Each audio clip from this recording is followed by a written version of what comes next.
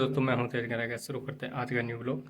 तो मैं उस जगह दिखाऊंगा आपको जहाँ पर 5000 ईसा पूर्व से 50,000 ईसा पूर्व के प्रातःऐतिहासिक चित्र है जब मानव गुफाओं में निवास करता था।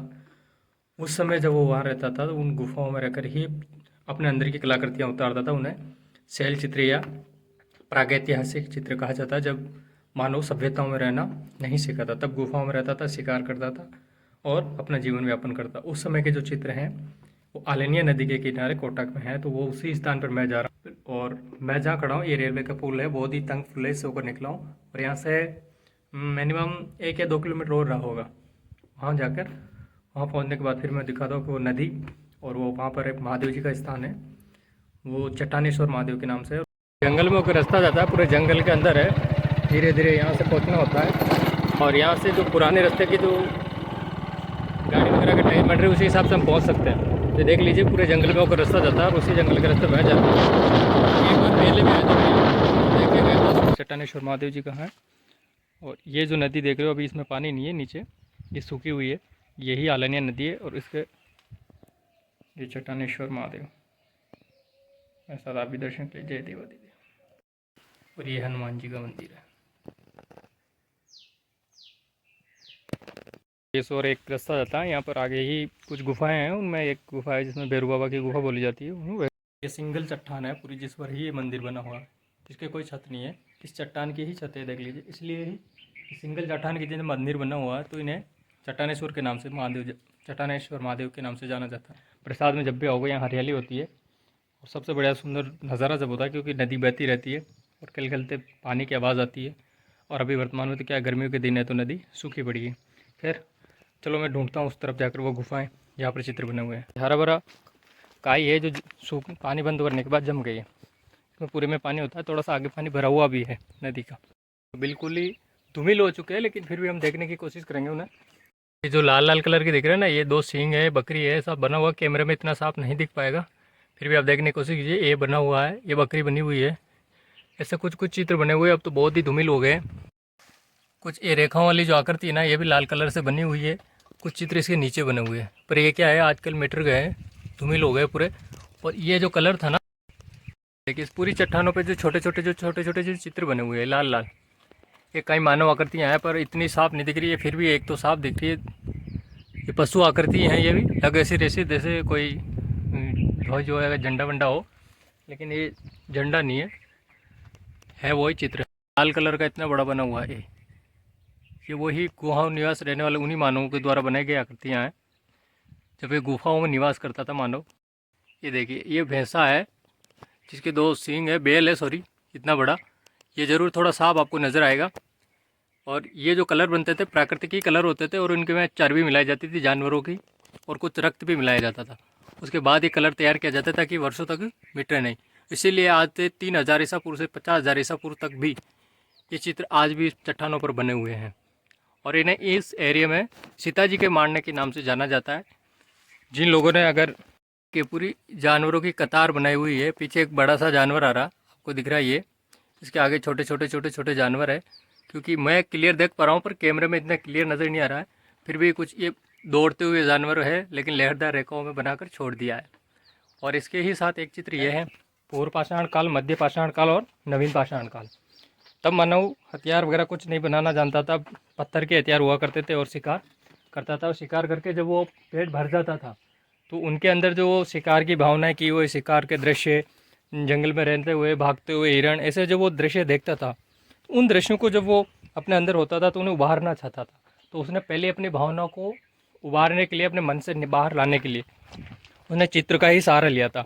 और वो ही इन चट्टानों पर उसने जब फ्री हुआ दिन भर, क्योंकि अगर शिकार कर लिया उसके बाद फ्री हो जाता था, फिर वो ऐसे मारने और चित्र बनाता था जिससे वो अपने अंदर की जो कलाकृति थी उसे जीवित करता था। और आज हम उस मानव की जो कल्पना करते हैं तो इन्हीं चित्रों से हमें पता लगता है कि मानव कब गुफाओं में निवास करता था, वो किस प्रकार रहता था और कैसे चित्रों का वो निर्माण करता था। एक चित्र मुझे स्पष्ट नज़र आ रहा है, मैं आपको दिखाता हूँ। ये वाला, ये दिख रहा है ना आपको, ये इतना बड़ा बनाया हुआ है और ये शायद एक छोटा सा हिरण है, वो दिख रहा होगा। और उसके साथ एक बड़ा सा चित्र और है, ये बड़ा आकार में बना हुआ है।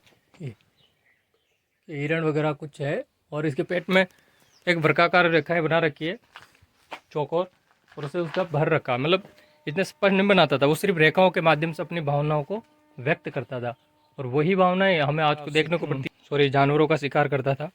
तो अधिकतर बारहसिंगा, हिरण, यही उसके शिकार के मूल माध्यम रहे हैं। और मैं और भी ढूंढता हूँ, अगर कोई चित्र दिखते तो आपको दिखाता हूँ। एक तो क्या है, धूप बहुत तेज़ है तो गर्मी इतनी लग रही है, लेकिन एक गुफाएं का एक से नहीं है, कहीं है कहीं नहीं है, कहीं बनी हुई है कहीं बिगड़ गई है।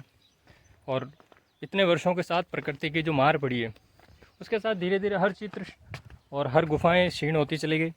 तो कुछ जो गुफाएं और जो चित्र वास्तविक स्वरूप में रहे हैं वो दिखाने योग्य बाकी दिखते नहीं है, क्योंकि हम ऐसे तो देख सकते हैं पर कैमरे में इतने साफ नहीं दिख पाते हैं।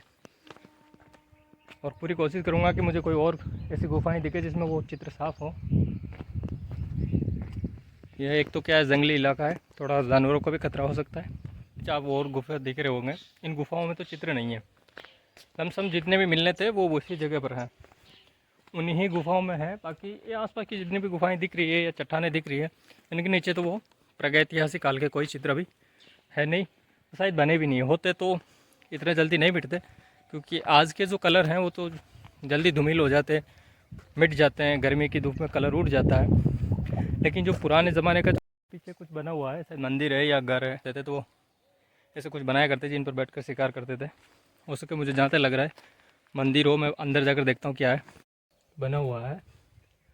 लगता है घर है, अटारी का भी बोलते हैं, घर भी बोलते हैं, और ये सिंगल मंजिल है। मैं खड़ा हूँ, भूतल है, इसके ऊपर सीढ़ियाँ भी हुआ करती थी, खैर ये तो टूट गई, सीढ़ियाँ वीडिया कुछ बची नहीं है, चारों दिशाएं खुली हुई है, और छत अभी इसकी सही सलामत है।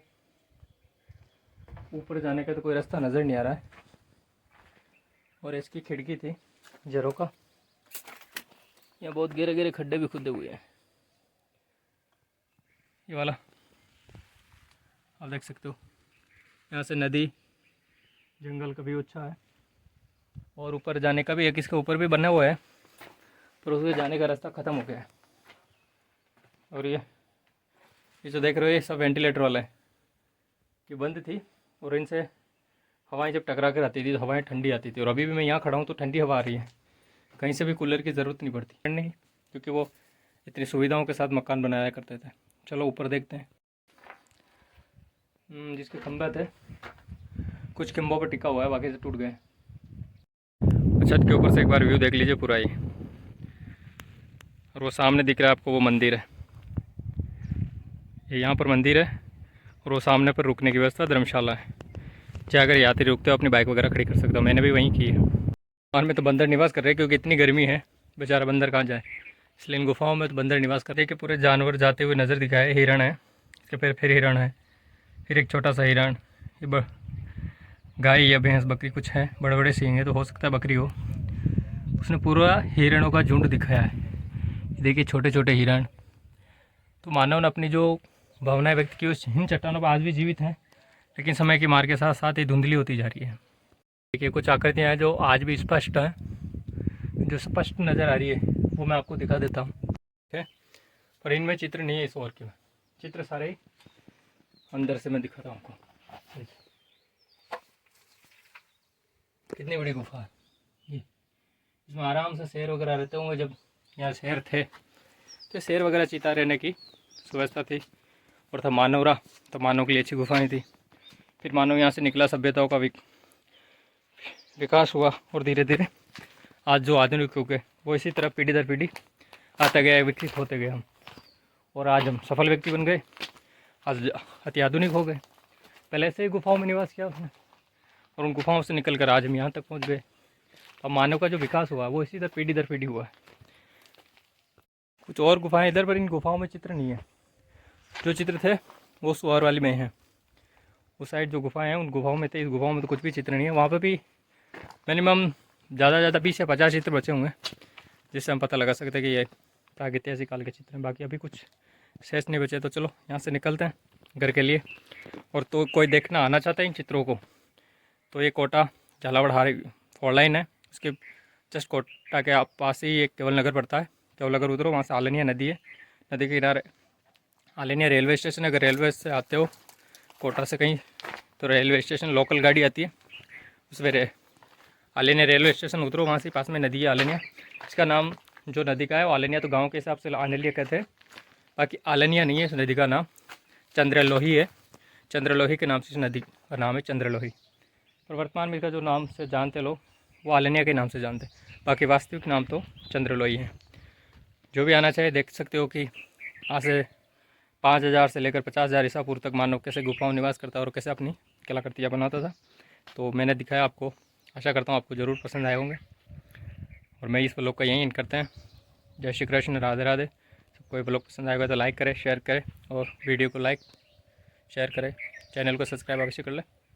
मिलेंगे किसी और नए टॉपिक में, तब तक के लिए जय हिंद, जय भारत।